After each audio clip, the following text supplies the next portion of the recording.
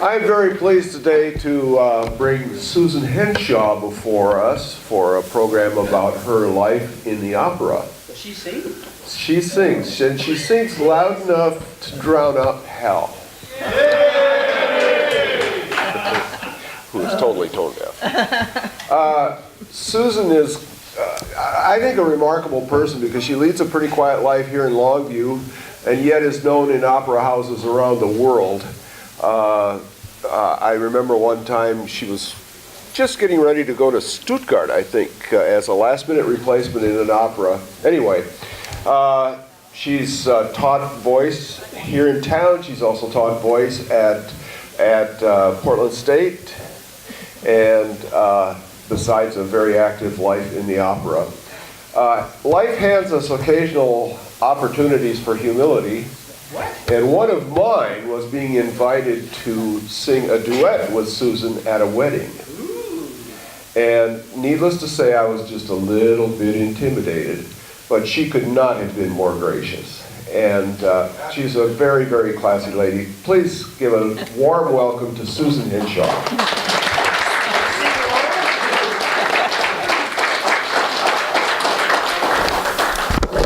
I've got a clock here.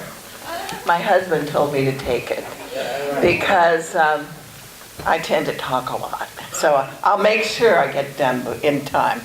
And I'll leave some time for some questions afterwards if you have any.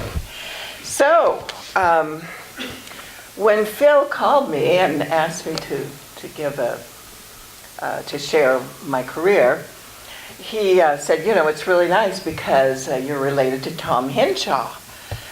He thought I was Tom's daughter, and Tom had been a member of the Lions Club for many years. But I'm not his daughter. We're very closely related. He's my 7th cousin, 2 steps removed. I was close. And our common ancestor was William Hinshaw in Northern Ireland, who died in 1699. Close enough. So the question is, how in the world does someone who came from a small town, quite a bit smaller than Longview, Kelso, 4,000 people in Northern California, that's right, Mighty Willows Honkers. That's George knows this because, yes, that's right.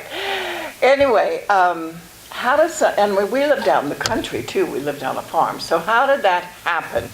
And often my classmates, that I grew up with, would ask me too, how did you become an opera singer? How did that happen? Well, kind of a long story, but who do we have here? I have someone who's trying to help me.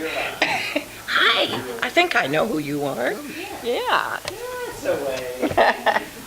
John Paul is here. Oh, okay. Oh, anyway, so I grew up in Willows and a family of 4 kids, and my mother loved music and made sure that we all played instruments. When I was 4, my oldest sister could play boogie woogie really well. I mean, she was hot, and I just thought it was fantastic. So I wanted to play the piano, and I actually started taking lessons when I was about 4 and a half. I am still not a very good piano player. I play very well, but I don't always play the right notes. Anyway, and my oldest sister was a singer. And it was very clear from a young age that she had a beautiful voice. She was just really incredible. And so she was 8 years older than me. And so I wasn't supposed to be a singer because my sister was. And so I didn't really sing in front of anybody. I played the piano, would sing in choirs, but I was a little bit shy about, auditioning for solos. But when I would go home and I was alone and no one else was there, I would practice my singing, and unbeknownst to anybody. And so when I was in high school, I was in Rainbow Girls, And I was asked to sing a solo, and I said, no, no, no. I was a pianist for Rainbow Girl. I said, no, I play the piano, I don't sing. Well, I want you to sing anyway. So, okay, so I did, and I had really worked out the song, If I Loved You from Carousel. And I worked it out just the way I wanted to do it. And I sang it, and when I left, there was bang, bang, bang down the stairs, and our high school music teacher said, Sue, wait at the bottom of the stairs. So I did, and she grabbed me by the shoulder. She said, why don't you sing that way in choir? Someday you might be in the Metropolitan Opera. Well, that's a big jump from, I didn't know you could sing and you're going to be at the Met. But it was, it was that moment. She gave me the courage to try to do it. Now, when I wanted to major in voice in college, my mother took me aside and said, Sue, I'm sorry, I just have to tell you, you don't have it. You have a nice voice for the church choir, and that's it. Why don't you major in math? You're really good at math. And so I didn't like that at all. And so when I got away to San Jose State, I thought, I'm going to do what I want. It's my life. And I switched to be a voice major. So I was assigned a teacher, and he said, you can't just be a voice major. You have to audition. And I said, well, I don't really know anything. Well, he pulled out some music and found something. He said, we'll just do an informal audition. So I sang for them. And the head of the department said, let's put her in advance so she'll catch up. Well, you can imagine that phone call to my mother. And I swear, I think, because my mother said that, that prompted me to work harder and just to do it, And I wasn't going to take no for an answer. I was just going to do it. But it was really a good thing because I really learned, I knew that I had to work. And I had to practice. I had to do. And I took it very seriously. And I got the lead in the opera in college, I think my junior year.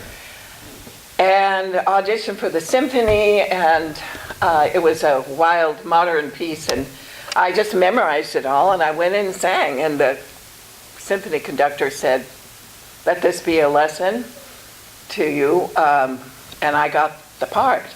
The other were grad students, and they were just up there sight reading it.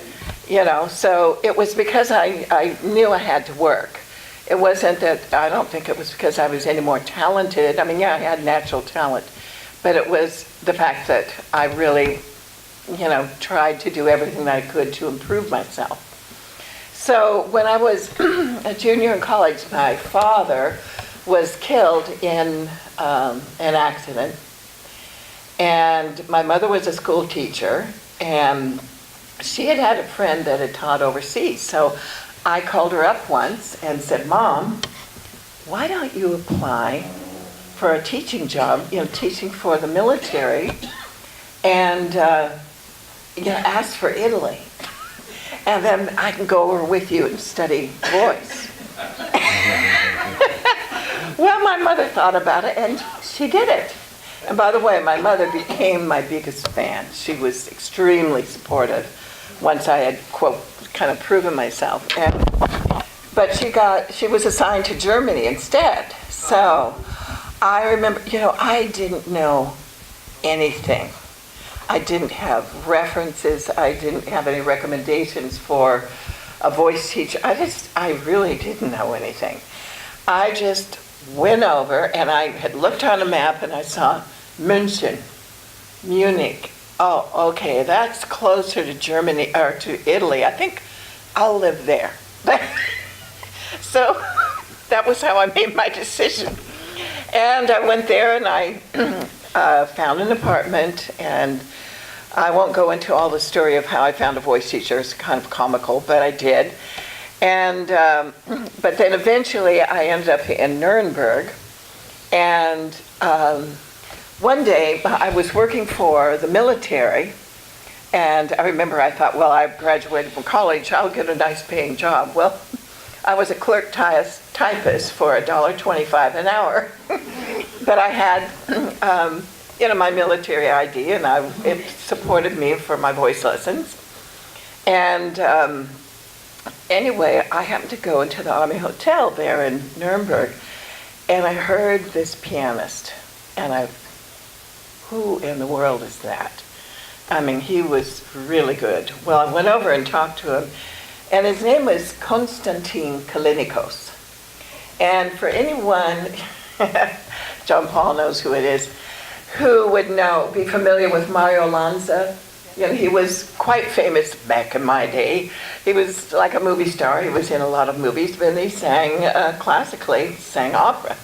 And Konstantin, we called him Costa, was his coach and conducted most of the recordings that you'll hear of Lanza singing. Costa is conducting. And what happened was that he worked with him for many years, and he also, Konstantin, conducted for New York City Opera when it first started up. But he got in a great big disagreement with Julius Rudel, the head of the New York City Opera, and was fired. Konstantin had a hot temper, and he's Greek. Anyway, so he went over to Germany and was on the train and happened to sit next to some woman. They started talking. She lived in Nuremberg. And so he got off the train in Nuremberg and found himself an apartment, and later they got married. So here he was playing piano bar in the Army Hotel. And I started working with him. And he sort of set me straight. I had a couple of quite good teachers, but he really got me in the right repertoire. And so with that, my teacher finally said I was ready to start auditioning.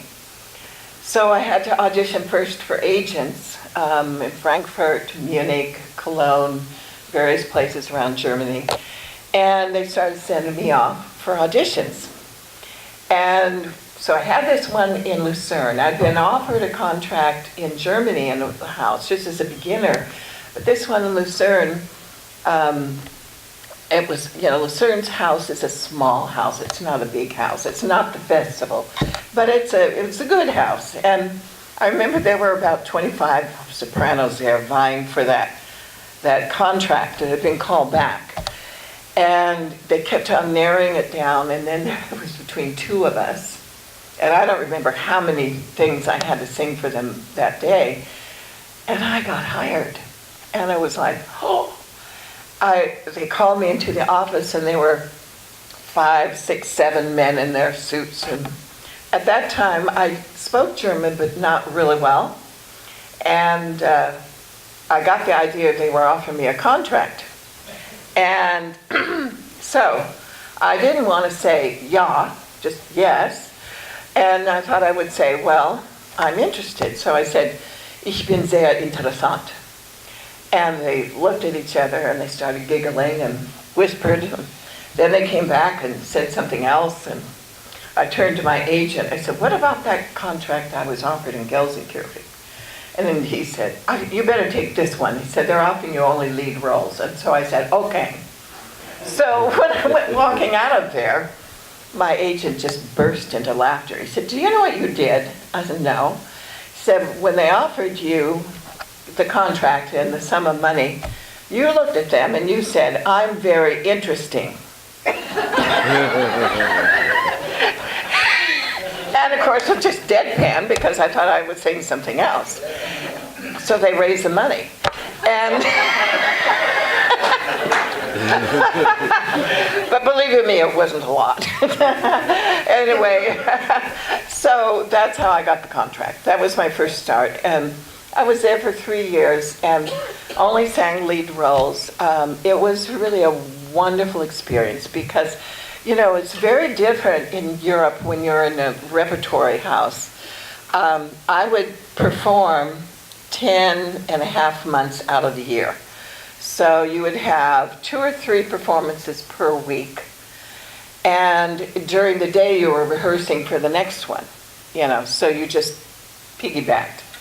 And so I was just constantly busy. And then you had vacation in the summer. And you also had their universal health care. And you also had their a savings where they would match 5% of your savings, and that would be your retirement funds. So if you're an artist and you're a part of a repertory theater, you can actually live like a human being. You know, it's and you have a nice security. Anyway, so when my contract was done, I ended up singing. I got a lot of guest contracts singing in Germany and Austria. Then I went back to the States. That's a long story. I better not tell you about all of that. I married a Romanian, and you know, I didn't know him very well. He was about to be deported.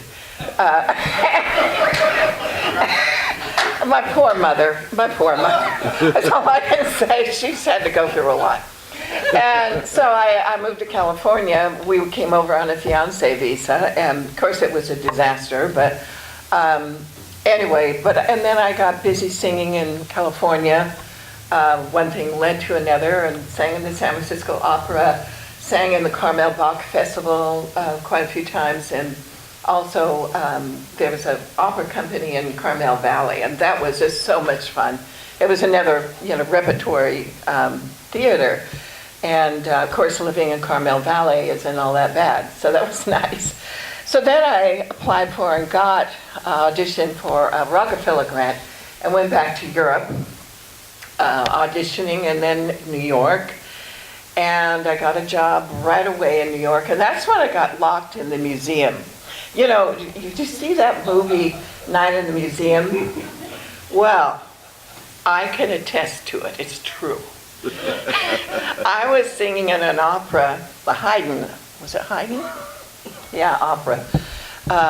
There. And a friend of mine and I were talking. We were in the dressing room, and we were just talking up a storm. When we walked out, everything was black in the theater. And I said, oh my gosh, so we went to get out of the doors, and again, you couldn't go outside. Because, you know, for security reasons. So we had to walk through a dark theater, which is always a bit scary, into the museum, and there were all these stuffed animals, you know, tigers and elephants, and yeah, they seemed like it because they were lit from below, the night lights. And I remember us tiptoeing through, and of course I had to say, perfect place for a murder, you know. And anyway, we got to the exit on 77th Street, and we couldn't get out there either. We had to make it back to the front. And there was a security guard, just like in the movie. And when we opened the door behind him, he almost jumped out of his skin. And that was pretty funny. There was a Tyrannosaurus Rex up there, and it was pretty funny. Anyway, that's one of my little side stories. But I got busy singing in the States, and then I had just this wonderful experience where I was hired to sing the lead role in the opera called The Consul, and it was by the composer Giancarlo Menotti. And Menotti wrote a number of operas. He died about 10 years ago. He was an Italian but lived in New York City most of the time, and he also had a castle in Scotland. And anyway, he wrote A Mall and the Night Visitors, which you may have seen on television. The Consul was on Broadway and was the most successful opera, and he's the most successful opera composer that had performances on Broadway, and he ran the longest. That was in the 50s when it was premiered. And it's, how could you say, very realistic. I mean, what's realistic about singing your lines? Not very much. But still, you know, the acting in that is extremely important. It's a very, very moving piece, and it's still a popular piece today. Look at my, you know, my clock stopped. There's a clock on there. Oh. Oh, okay, what time is it? Oh my goodness. Okay, I better hurry up here. You made it to the Met yet? No. Actually, I never sang at the Met. I sang in a lot of houses like the Met, like Barcelona and Munich. That was really wonderful, singing in the Munich Staatsoper, because, you know, I had studied there when I was young. And I sang Salome there. I sang Salome in Barcelona, and I sang Turandot in Belgium, and that was something I had to learn in 4 days. I had sung it before in Kansas City, but they had did it in English, and that was 7 years prior. Anyway, so I learned it literally on the airplane and had to perform it on television. Yeah. But, you know, like I said, if you have to do something and you set your mind to it, it's amazing what you could do. So, he's standing up. I know that's a signal. I have to bring up one more thing. There is a former student of mine, Cherise Reynolds, and I don't know if any of you know her or know her family. And she is possibly going to be starting out in her career. She's from Kelso. She married Michael Sickles, who was also from Kelso, Longview. He joined the Marines. He's now at the Citadel. He's been #1 in his class all 4 years, and he's becoming an officer. He's also been accepted to law schools, and so, you know, it's really kind of exciting. They have 3 children. Cherise is going back and forth to New York for lessons with a good friend of mine, doing beautifully. He had someone from the Met come and listen to her and said she has the voice of a goddess, and it's really true. So that's someone local who's doing really, really well. He's pushing me, saying, it's time for you to go. So to answer the question, how in the world does someone become an opera singer who came from a small town?